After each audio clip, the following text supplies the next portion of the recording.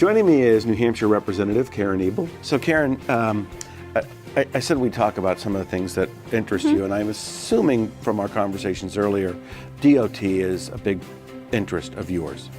Tell me about that, the budget, the funding for DOT, for the roads, for the infrastructure, the roads toll tax, which affectionately is known as the gas tax by everybody. Right, it's called the road toll. Yeah.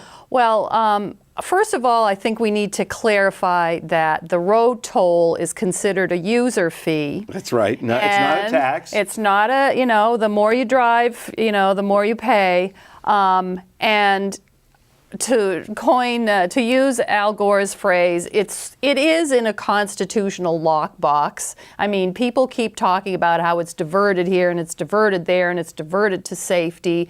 Well, Department of Safety helps generate some of the funds that go into the highway fund that funds DOT and safety. So they're entitled to a little something for the state police. But the lockbox has some keys, right? Because I seem to recall the increase in the gasoline tax, the road toll, that some of the money was going to go straight to towns last year in the vote or the year before. But is that not the case now? Well, that's part of, no, so...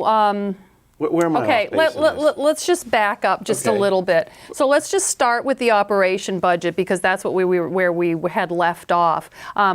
So what you saw in the news was that there is $88 million operational budget gap for DOT.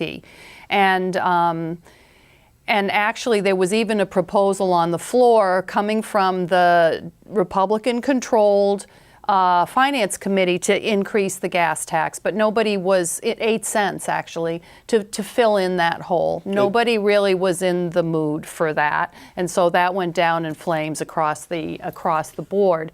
So what you had to do then, since they weren't going to generate more revenue to fill in the $88 million hole, they had to go back into the highway fund as it existed, and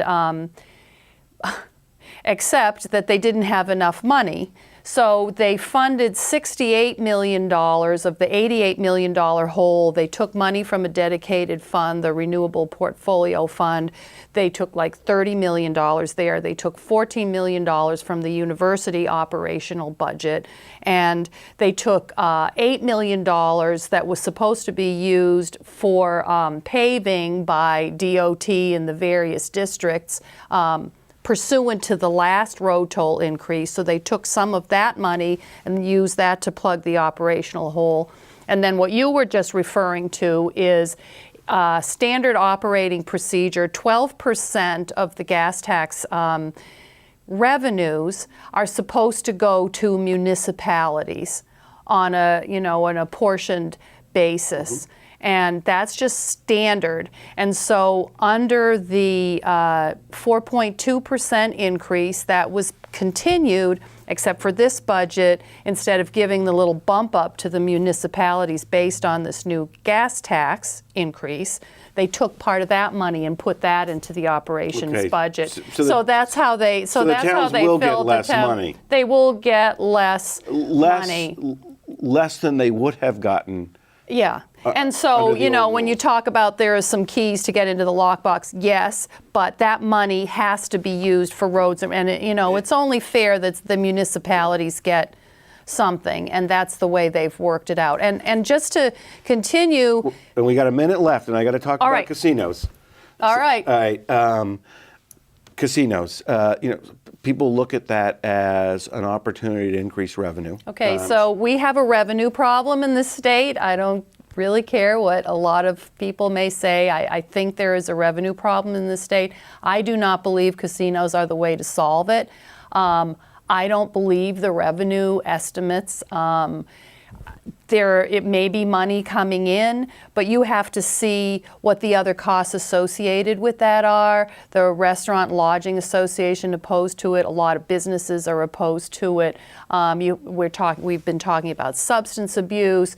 We've been talking about crime. I mean, there's a lot of social impacts that are very difficult to quantify, but there have been studies, and the New Hampshire Center for Public Policy Studies said that if you don't have at least 40% of a tax on your revenues, you can't be bringing in enough to counteract all the addiction problems and, the gambling addiction, everything else.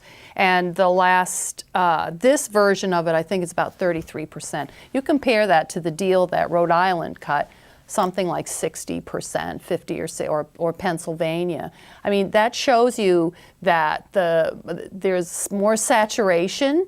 There's more competition, and even though the companies desperately want to get in here to build their casinos, they aren't so desperate they're going to give you 50% of their revenue. So you were against it last time we interviewed? I'm against it. You're against it again? My district is against it. I'm against it. I try to look at it from an economic standpoint.